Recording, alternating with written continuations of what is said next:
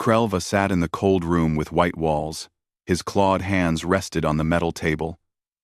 The recording device blinked red in front of him. He had been asked to tell his story many times before, but he always refused.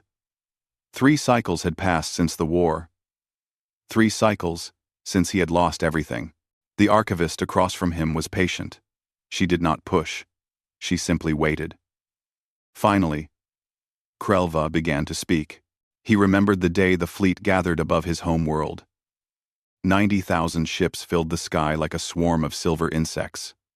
The Zenthari Empire had conquered 17 species across 40 star systems. They were unstoppable. They were mighty. They were foolish. The target was a species called humans. They lived on one small blue planet, in an unremarkable system.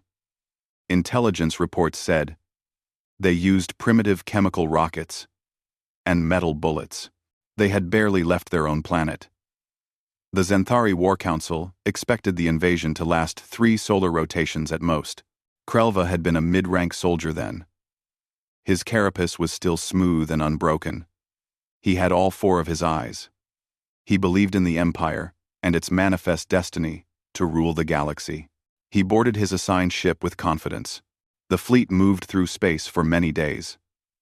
When they finally approached the human system, scouts reported minimal military presence. A few hundred ships orbited the human home world. Stations circled their star. Mining operations dotted their asteroid belt. It looked easy. Commander Jake Burton led the human defense forces. Krelva would learn that name later, spoken with fear and respect by both sides. Burton commanded fewer than 300 combat vessels against 90,000 Zenthari ships. The numbers made victory impossible. But humans did not seem to understand mathematics. The first battle happened near the red planet the humans called Mars. The Zenthari fleet formed their standard attack pattern. It had worked against every other species. Overwhelming numbers, precise formation, coordinated fire. The humans would see the fleet and surrender. They always surrendered. But the human ships did not retreat. They did not call for negotiations. Instead, they accelerated forward at full speed. Krelva watched from his battle station as the human vessels opened fire. Their weapons were crude but effective. Kinetic rounds and explosive missiles tore through the forward Zenthari line. The humans fought like cornered animals. No, worse than that. They fought like cornered animals that had gone mad.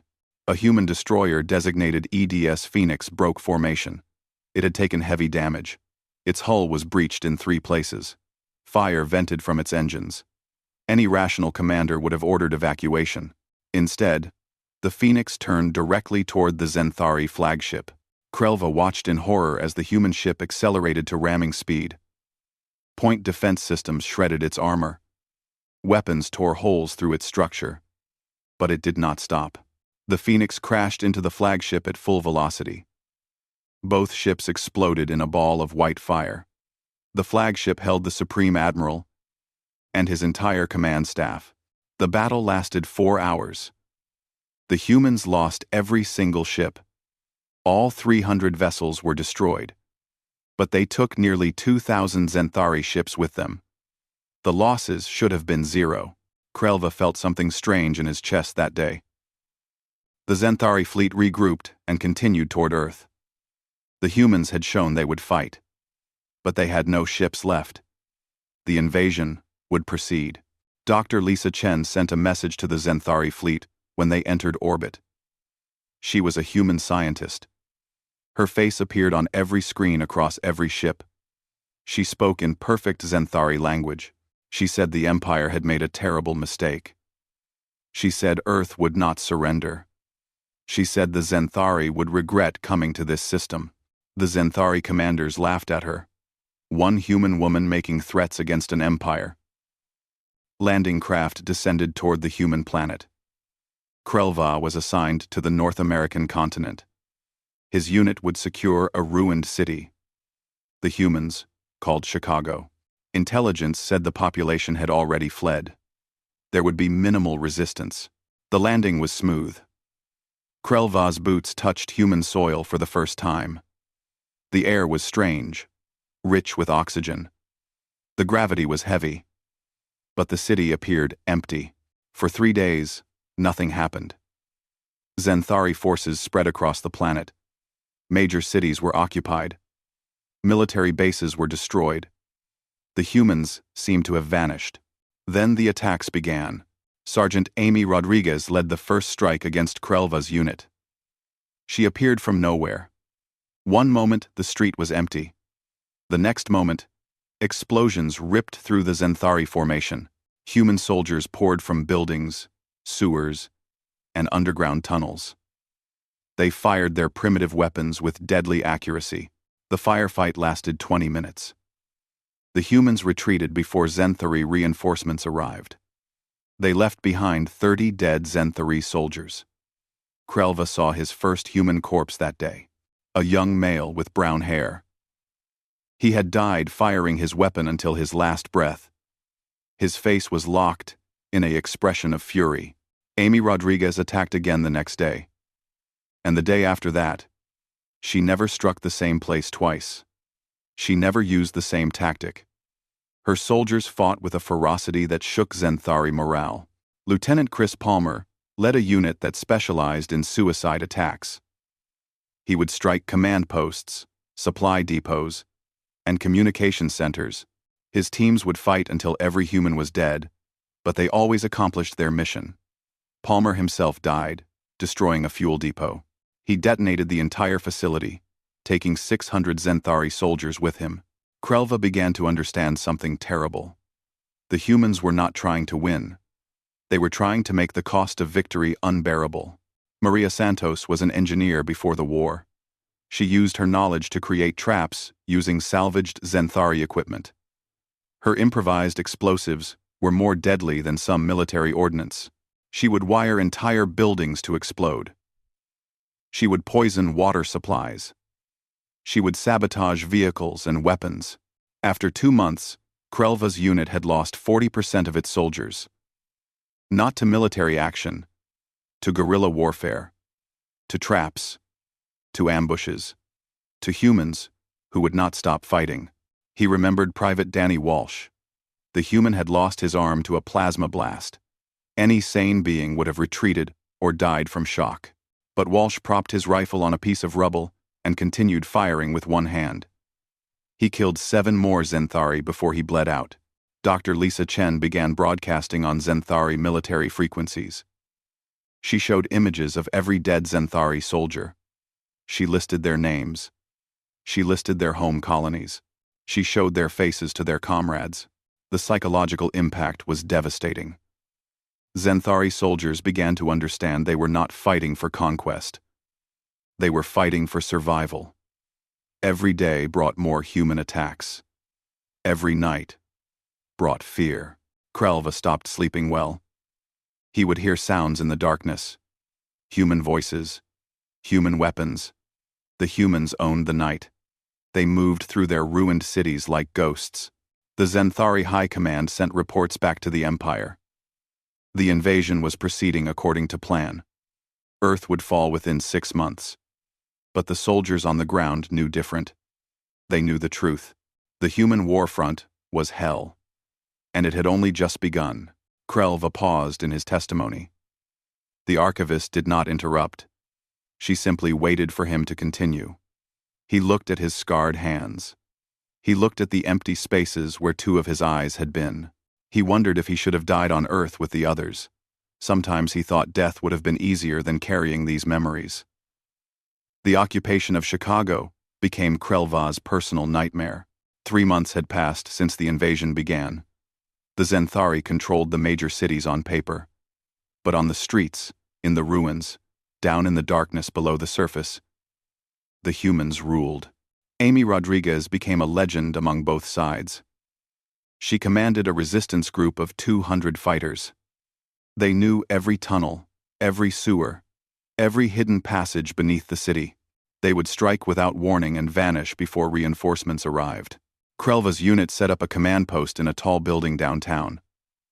They thought the high position would give them tactical advantage.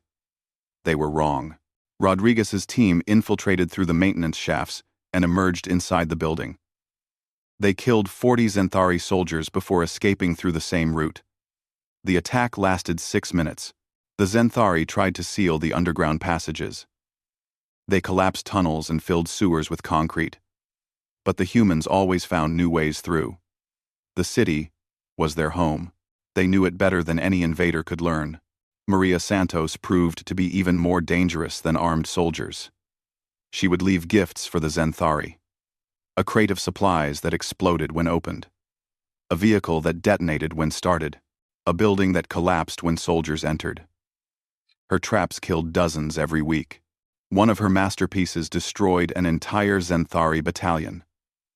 She rigged an old subway station with stolen Zenthari explosives. When soldiers entered searching for resistance fighters, she triggered the charges remotely. The explosion brought down 6 city blocks. 800 Zenthari died in the rubble. Krelva learned to fear everything in the human city. Every door could hide a trap. Every shadow could hide a human with a gun. Every moment of silence could be the calm before an attack. The humans also used psychological warfare. They would play music through loudspeakers at night. Human war songs. The words meant nothing to Krelva, but the sound drove him mad. They would leave messages spray-painted on walls. Messages in Zenthari language. Messages that said the humans were coming. Messages that counted down the days until the Zenthari would leave. Lieutenant Chris Palmer died in the 4th month of occupation. But before his death, he trained 20 other teams in his tactics. These suicide squads would attack high-value targets, knowing they would not survive. They did it anyway. One team hit a landing field and destroyed 30 atmospheric craft. Another team infiltrated a medical facility and stole biological samples. A third team killed a Zenthari general and his entire staff. Each attack cost human lives. But each attack proved that nowhere was safe. Krelva watched a young human woman sacrifice herself to close a blast door. She held the manual release while her team escaped, knowing Zenthari soldiers would gun her down. She smiled as she died. That smile haunted Krelva's dreams for years. The Zenthari tried public executions to break human morale. They captured resistance fighters and killed them in front of crowds. The humans watched in silence, but the attacks did not stop. If anything, they increased. Dr. Lisa Chen continued her broadcasts. She had access to Zenthari military networks. Nobody knew how. She would announce attacks before they happened. She would tell Zenthari soldiers which units would be hit next. She wanted them to be afraid. It worked. Chen also showed the humans as they really were. Not mindless killers. Not savages. But people fighting to defend their home. She showed Zenthari soldiers the faces of human children. She showed them human families. She made the invaders understand what they were destroying. Some Zenthari soldiers began to question the war. Some refused orders. Some deserted. The High Command executed deserters publicly to maintain discipline. But doubt had taken root. Private Danny Walsh became a symbol for human resistance. The story of the one-armed soldier who kept fighting spread among both sides. Humans told the story to inspire courage. Zenthari told it to explain their fear. Krelva lost many friends during those months. His hive commander died in an ambush. His weapons officer stepped on a mine. His communications specialist was shot by a sniper. The faces of the dead piled up in his memory. The humans fought in ways no other species had fought. They showed no concern for their own survival. Every battle was total commitment. Every soldier fought until they died or won. Amy Rodriguez led an attack on a supply convoy. Her team destroyed 20 cargo trucks and killed the escorts. But they also recovered Zenthari weapons and equipment. The humans began using captured technology against its creators. Human soldiers started wearing pieces of Zenthari armor. They carried Zenthari weapons alongside their own guns. They learned to fly captured vehicles. The line between human and Zenthari equipment blurred. Maria Santos took captured Zenthari energy cells and incorporated them into her traps. The resulting explosions were far more powerful. She could level entire buildings with devices small enough to hide in a backpack. The weather turned cold. Winter came to Chicago. The Zenthari suffered in the freezing temperatures. Their armor was not designed for such conditions. The humans seemed unbothered. They had lived in this climate their entire lives. Rodriguez's attacks became more frequent during winter. The humans moved through snow and ice as easily as they moved through summer heat. They used the weather as a weapon. They used everything as a weapon. Krelva remembered the day he killed his first human up close. A young male. Perhaps 20 cycles. Old by human reckoning. The human had run out of ammunition, but refused to surrender. He charged at Krelva with a knife. Krelva shot him 3 times before he fell. Even dying, the human tried to crawl forward. He died, reaching for the knife he had dropped. The occupation forces sent reports requesting reinforcements. The High Command denied the requests. The war was going according to plan. Earth would fall soon. The reports were lies. By the 6th month, Zenthari forces had lost 30,000 soldiers on Earth, not to military defeats, to 1,000 small battles, to ambushes and traps, and snipers and sabotage. The humans never won a major engagement. They did not need to. They simply made the cost too high. New human fighters joined the resistance every day. For every 1 killed, 2 more took their place. The Zenthari killed humans by the thousands. But millions remained. Nurse Jennifer Martinez ran an underground hospital for wounded resistance fighters. She operated in secret locations throughout the city. She saved hundreds of human lives, but she also treated captured Zenthari wounded. She believed all beings deserved medical care. Krelva met her once when his unit raided a suspected resistance hideout. They found the hospital instead. Martinez stood in front of her patients, human and Zenthari both, and refused to move. She said she would not let anyone harm those under her care. The Zenthari commander ordered his soldiers to stand down. Something about her courage made violence seem wrong. That moment confused Krelva. The humans were supposed to be primitive. They were supposed to be savages. But Martinez showed a moral strength that most Zenthari lacked. Amy Rodriguez continued leading attacks throughout the occupation. She lost many soldiers. She watched friends die, but she never stopped fighting. Other resistance leaders contacted her for advice. She shared tactics and strategies freely. The human resistance became more organized with each passing month. Lieutenant Chris Palmer's death inspired a new tactic. Human fighters began targeting Zenthari command structures specifically. They realized that killing officers caused more disruption than killing regular soldiers. They hunted commanders with ruthless efficiency. Krelva's unit received 5 different commanders during the occupation. All 5 died in targeted attacks. The humans knew where to find them. They knew when to strike. They had intelligence networks that the Zenthari could not break. The guerrilla nightmare continued day after day. The Zenthari held the cities, but could not pacify them. They controlled the surface, but not the underground. They had superior numbers and technology, but could not win. Krelva sat in his cold white room and remembered those months. The constant fear, the lack of sleep, the knowledge that death could come at any moment from any direction. He remembered the faces of humans he had killed. He remembered the faces of friends he had lost. The archivist asked him if he ever considered the occupation could fail. Krelva admitted the truth. He had known. All the soldiers had known. But they were trapped. They could not retreat without orders. And orders never came. The human war front was hell because the humans made it hell deliberately. They turned their own cities into killing grounds. They sacrificed everything to make victory impossible. 6 months into the occupation, everything changed. Commander Jake Burton had been planning something big. The humans had been preparing. They had been learning. They had been waiting for the right moment. The Zenthari had established a major command base in the mountains the humans called the Rockies. The base controlled communications for all of North America. Thousands of soldiers guarded it. Defensive systems made it nearly impregnable. The humans attacked it anyway. Krelva was not present for the battle. He learned about it later from survivors. Burton led the assault personally.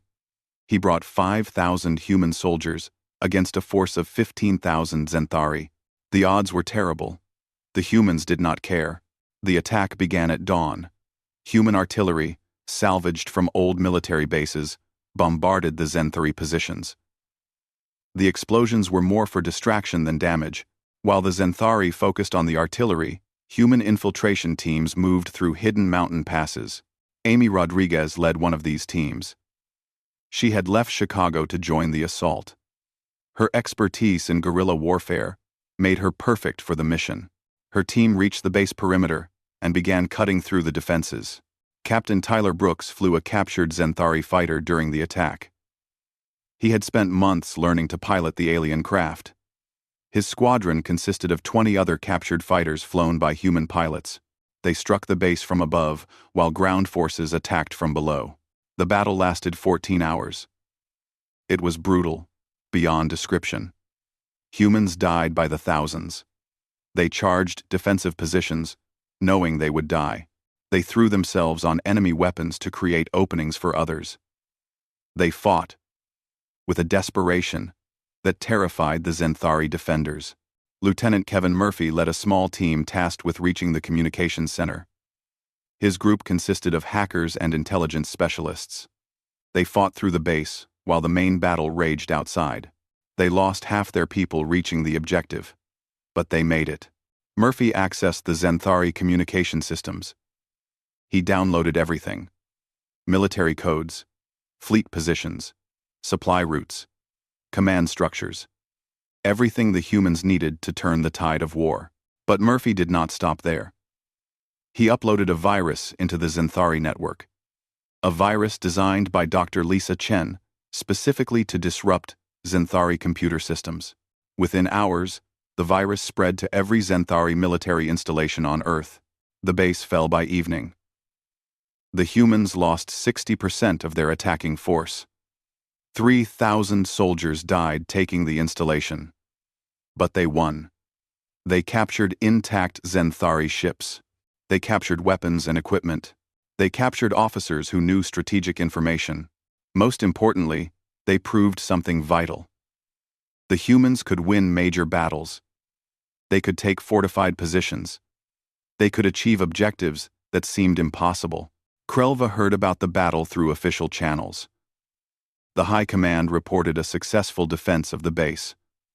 They said human forces had been repelled with heavy losses. The soldiers on the ground knew different. They knew the truth. The virus Murphy uploaded caused chaos across Zenthari forces. Communication systems failed. Targeting computers went offline. Even ship navigation systems became unreliable. The humans had struck at the foundation of Zenthari military power. Dr. Lisa Chen announced the victory on every broadcast channel. She showed footage of the battle. She showed human soldiers celebrating in the captured base. She showed Zenthari prisoners being treated with dignity despite the war. She made sure every being in the solar system knew the humans were winning. The psychological impact was massive. Zenthari morale collapsed. Human morale soared. The resistance groups across Earth coordinated their efforts. What had been isolated cells became an organized army. Commander Jake Burton did not rest after the victory. He immediately began planning the next operation.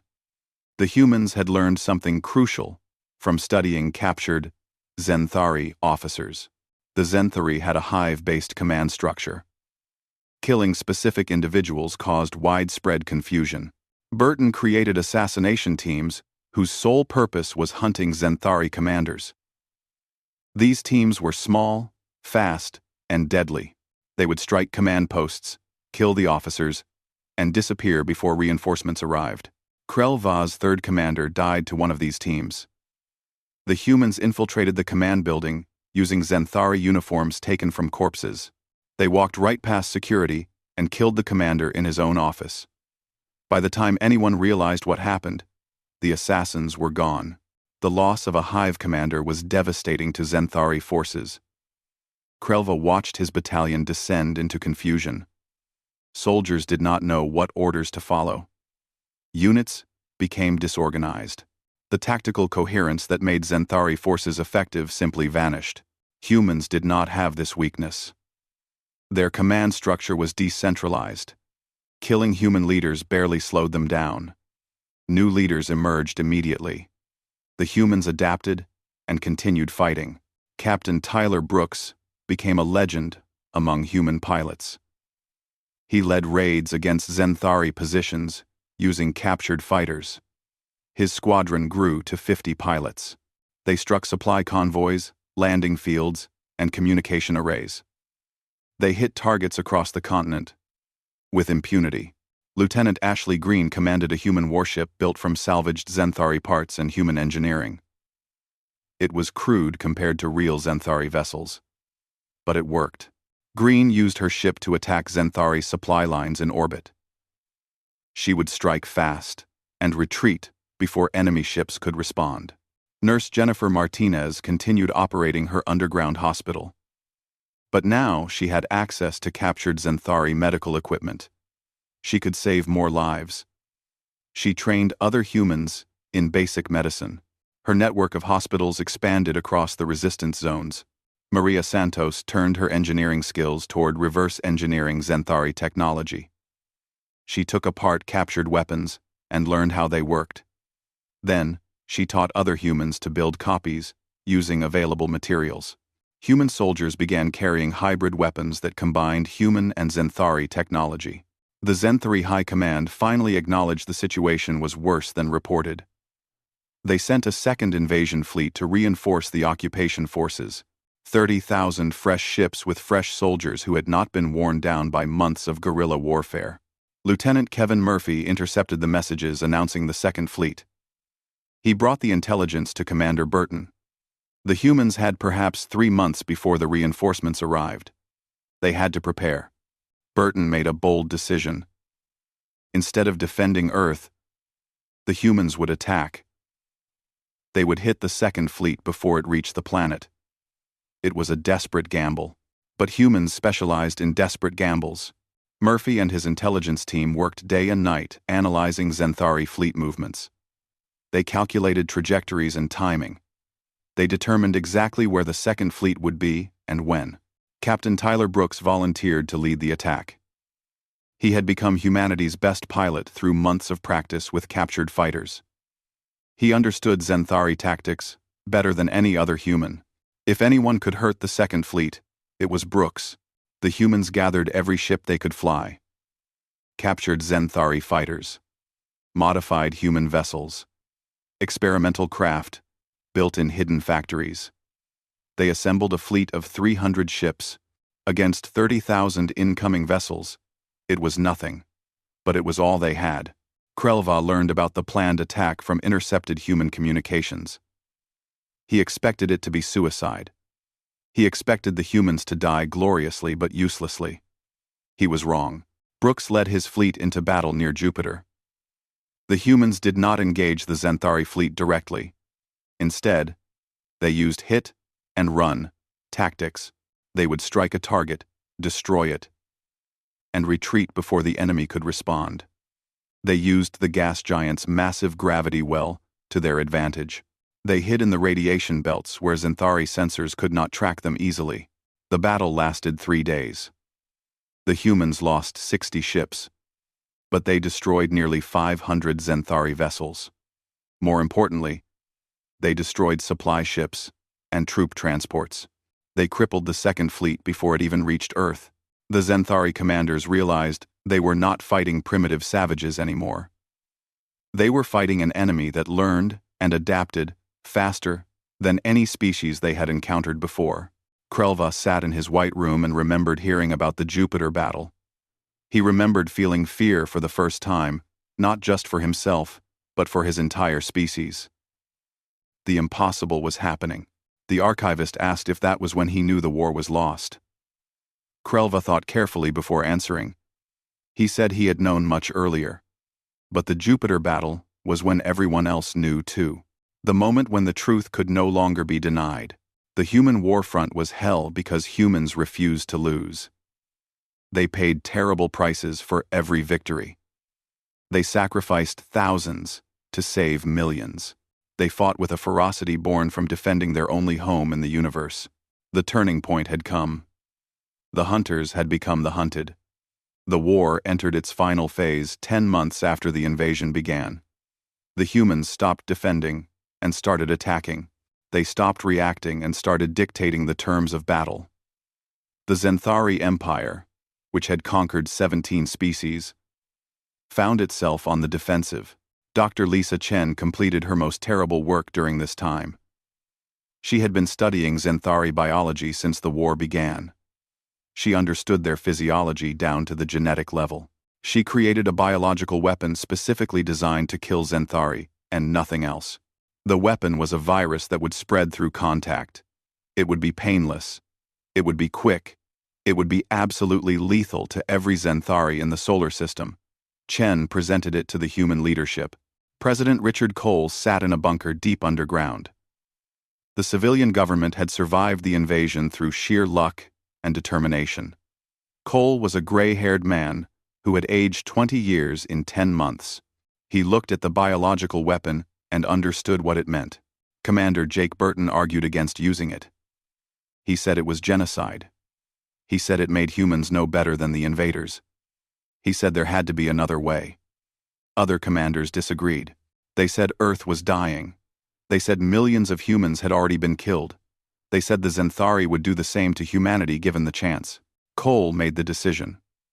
He authorized production of the biological weapon, but he gave orders that it would only be used if Earth faced total extinction. As long as humans could fight conventionally, they would. The virus would be a last resort. Krelva learned about the biological weapon much later. At the time, he only knew that human attacks were becoming more coordinated and more devastating. Captain Tyler Brooks led a major operation against Zenthari shipyards near Jupiter. The Zenthari had established construction facilities in orbit around the gas giant. They were building new ships to replace losses. Brooks took 200 captured fighters and hit the shipyards in a surprise attack. The raid was perfectly executed.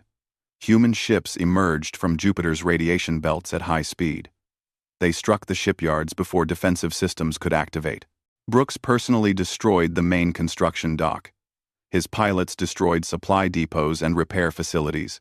The entire operation took 30 minutes. The Zenthari lost the ability to build new ships in the solar system. They lost irreplaceable manufacturing equipment. They lost the skilled workers who operated the facilities.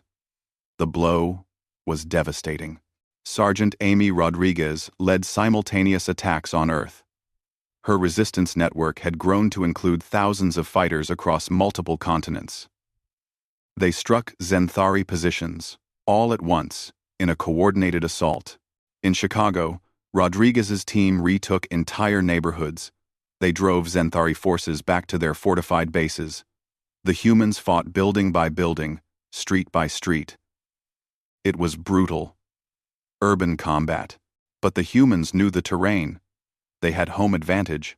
Rodriguez lost many friends in those battles. But she never hesitated.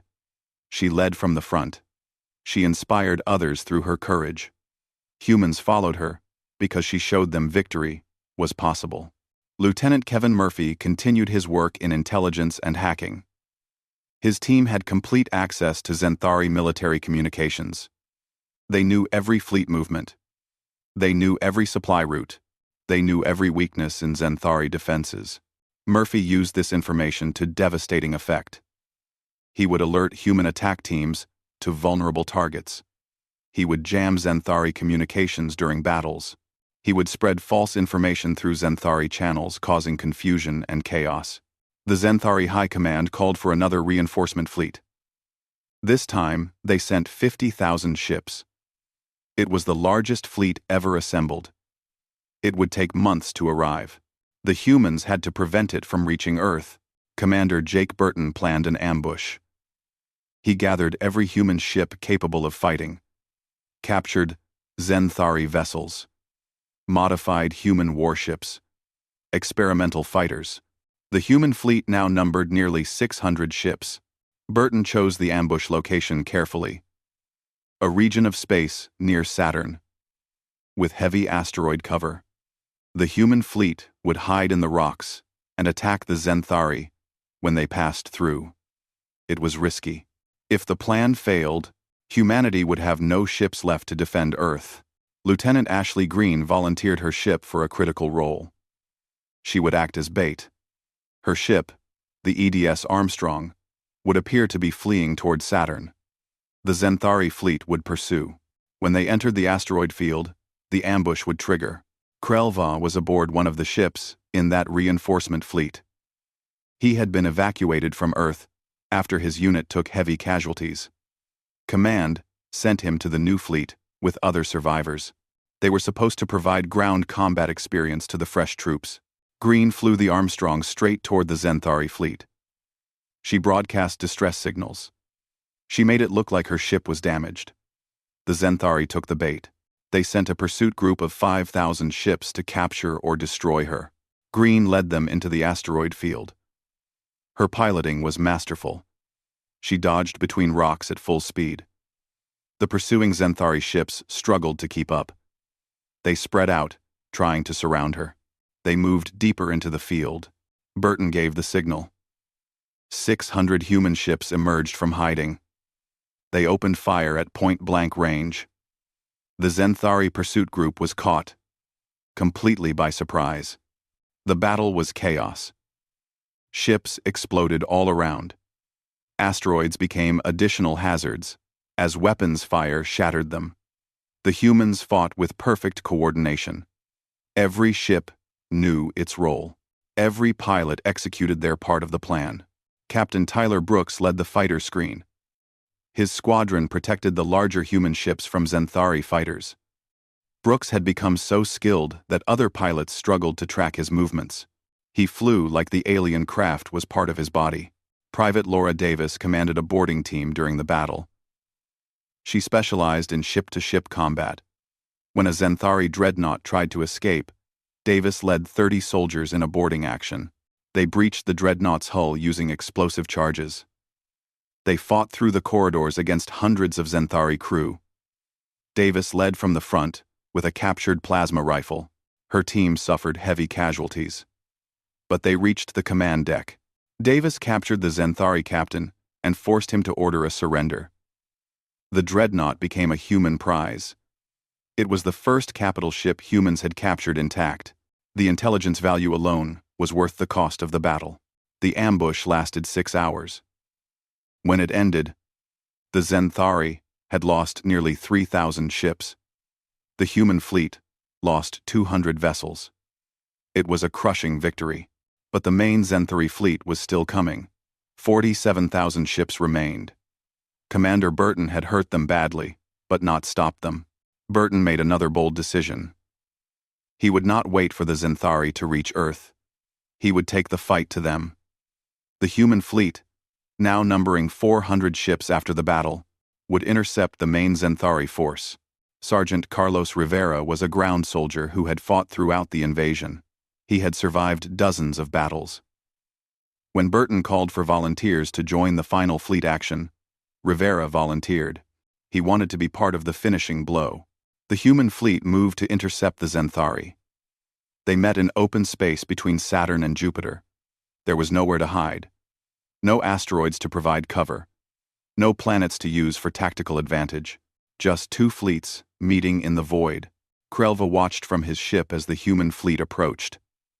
400 ships against 47,000. It should have been a massacre. The humans should have turned and fled. They accelerated forward instead. The battle that followed entered the history archives as the greatest naval engagement ever recorded. The humans did not fight for victory. They fought to buy time. Every minute the Zenthari fleet spent in battle was a minute Earth had to prepare final defenses. Lieutenant Ashley Greene sacrificed the EDS Armstrong in the opening minutes. She rammed her ship into a Zenthari carrier at full speed. The explosion destroyed 6 enemy vessels. Greene died, but her sacrifice created an opening for other human ships. Captain Tyler Brooks flew until his fighter ran out of ammunition. Then he rammed it into a Zenthari command ship. Other pilots followed his example. The humans turned themselves into weapons when conventional weapons failed. Commander Jake Burton coordinated the battle from the human flagship. He watched his people die. He watched ships explode. He watched the cost of victory mount. But he did not retreat. The humans held the line. Krelva saw something during that battle that changed him forever. He saw a human pilot crash his damaged fighter rather than eject. He saw crews staying with their ships when they could have escaped. He saw humans choosing death over retreat. The battle lasted 8 hours. The human fleet was destroyed. All 400 ships were lost, but they had damaged or destroyed over 10,000 Zenthari vessels. The main fleet was crippled. More importantly, the delay had given Earth enough time. Dr. Lisa Chen's virus was ready. President Cole had made his decision. If the Zenthari fleet reached Earth, the virus would be deployed, but the fleet never reached Earth. The damaged ships limped toward the planet. Then they received new orders from the High Command. Orders to retreat. Orders to abandon the invasion. Krelva sat in his white room and remembered that moment. The moment when victory turned to defeat. The moment when the mighty Zenthari Empire admitted it could not conquer one species on one planet. The archivist asked why the retreat was ordered. Krelva explained. The Empire was collapsing. Other conquered species saw what happened at Earth. They began rebelling.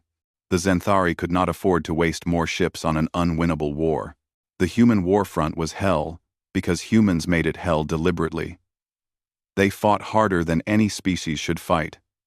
They sacrificed more than any species should sacrifice. They won because they refused to lose. The war ended 18 months after it began. Not with a human surrender, but with a Zenthari retreat. The mighty empire that had conquered 17 species across 40 systems was defeated by one world with primitive technology and stubborn determination. Krelva stood on the landing platform of his transport ship. Around him, the survivors of the invasion prepared to leave Earth. Of the 90,000 ships that came, fewer than 6,000 remained operational. Of the millions of Zenthari soldiers who landed on Earth, only 847 were leaving alive. The human government offered safe passage in exchange for a non-aggression treaty. 1,000 cycles of peace. The Zenthari High Command accepted immediately. They had no choice. The Empire was dying. Commander Jake Burton came to oversee the evacuation personally. Krelva saw him standing on a raised platform overlooking the departure zone. Burton was thin. He looked exhausted. His uniform was clean, but his face showed the weight of 18 months of constant warfare. Their eyes met briefly. Krelva saw no triumph in Burton's expression, only sadness and relief that the killing had finally stopped. Burton had not enjoyed the war. He had done what was necessary to defend his world. Nothing more. Dr. Lisa Chen arrived in a medical transport. She came to ensure wounded Zenthari received proper treatment before departure. Her biological weapon had never been used. The virus remained in secure storage. Chen had created it out of desperation. She was grateful it stayed unused. Krelva watched as human medics helped injured Zenthari soldiers board the evacuation ships. Nurse Jennifer Martinez was among them.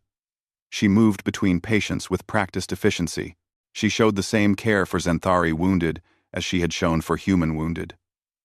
Her compassion was genuine. Martinez approached Krelva while he waited to board. She checked his scars where his eyes had been removed. She offered him medication for pain. He refused. He said he wanted to remember the pain. She looked at him with something like understanding and moved on to help others. Sergeant Amy Rodriguez watched the evacuation from a distance. She stood on a pile of rubble that had once been a building. Her resistance fighters were scattered across the ruins of Chicago. They had won, but the victory felt hollow when Krelva saw the destroyed city. Nothing was left standing. Every building was damaged or destroyed. The streets were craters. The sky was gray with smoke.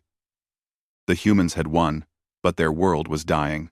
Krelva understood then the true cost of the war. Captain Tyler Brooks flew air patrol during the evacuation. He piloted a captured Xanthari fighter because there were no human ships left. His entire squadron had died in the final battle. He was alone in the sky, watching to make sure the departing Xanthari did not betray the peace agreement. Lieutenant Kevin Murphy monitored all communications during the withdrawal. He did not trust the Xanthari. He never would. But he followed orders. The war was over. Humanity needed peace to rebuild. Private Laura Davis, the soldier who had captured a dreadnought, stood guard at the evacuation site. She carried a Xanthari plasma rifle. Her own weapon had been destroyed months ago. She looked at Krelva as he passed. Her eyes held no hatred, only wariness. She would not forget, but she would not seek revenge. Sergeant Carlos Rivera helped direct evacuation traffic. He had survived the final space battle by pure luck. His troop transport had been hit, but not destroyed. He was one of 50 humans who survived from a ground force of 5,000. He moved like a man who had seen too much death. The transport ships lifted off one by one. Krelva's ship was among the last to leave. As it climbed through the atmosphere, he looked down at Earth. The blue planet was scarred. Oceans were poisoned. Forests were burned. Cities were ruins. But flying from every intact structure was the human flag. The human war front was hell. But the humans had turned their own world into hell to defend it. They had sacrificed their planet to save their species. Krelva wondered if that was courage or madness. Perhaps it was both. The journey home took months. During that time, Krelva learned what was happening to the Xanthari Empire. The other conquered species had begun rebelling. They had seen what one human world accomplished. They knew the Xanthari could be defeated. The empire fractured into civil war. Different hive commanders fought each other for control. Whole systems declared independence. The 1,000-year reign of the Xanthari was ending not with glory but with chaos and collapse. Krelva arrived at his homeworld to find it changed. The population had lost faith in the empire. Many wanted peace. Some wanted revenge. Most just wanted the killing to stop. Krelva understood all of those feelings. He received no hero's welcome.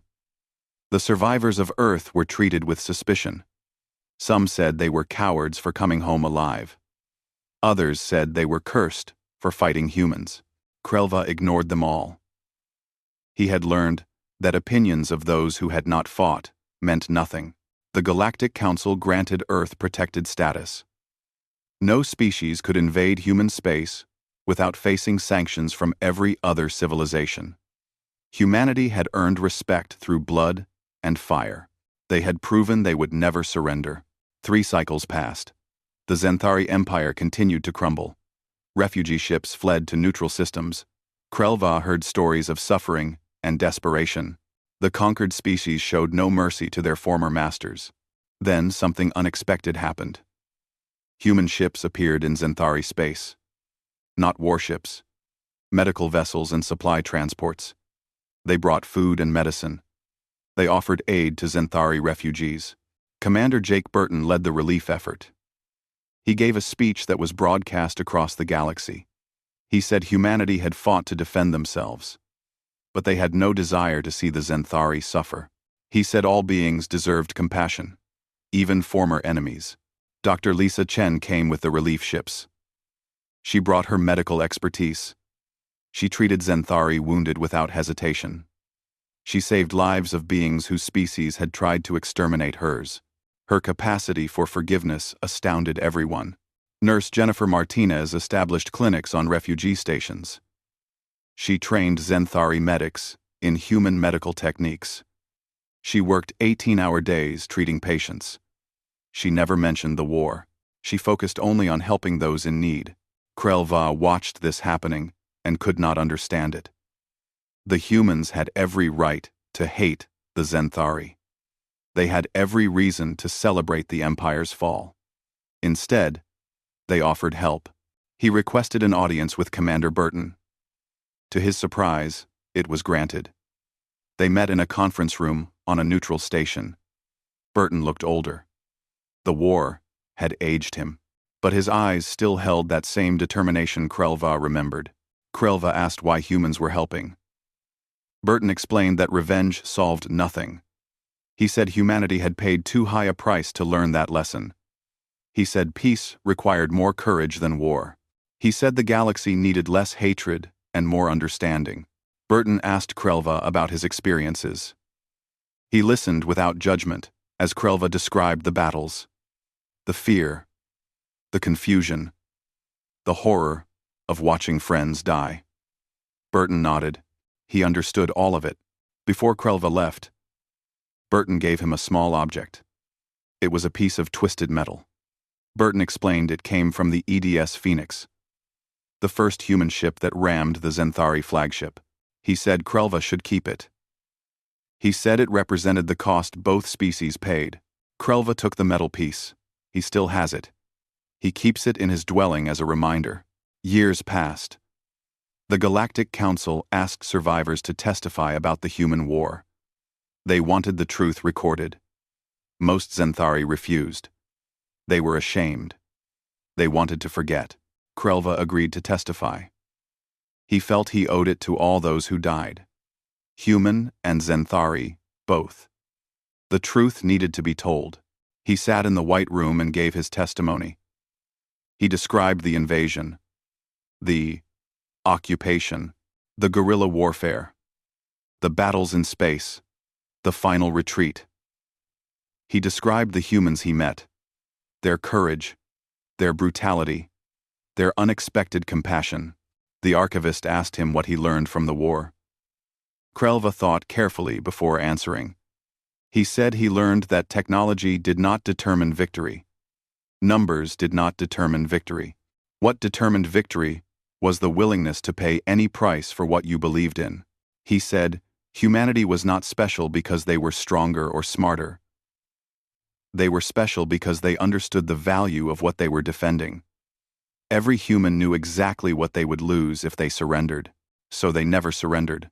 The archivist asked if he hated humans. Krelva said no. He respected them. He feared them. But he did not hate them. Hatred required energy he no longer possessed. She asked what message he wanted to leave for future generations. Krelva looked directly at the recording device. He spoke slowly, so his words would be recorded clearly. He said the human war front was hell. He said it was hell because humans made it hell deliberately. They turned their own world into a killing ground. They sacrificed everything to defend their home.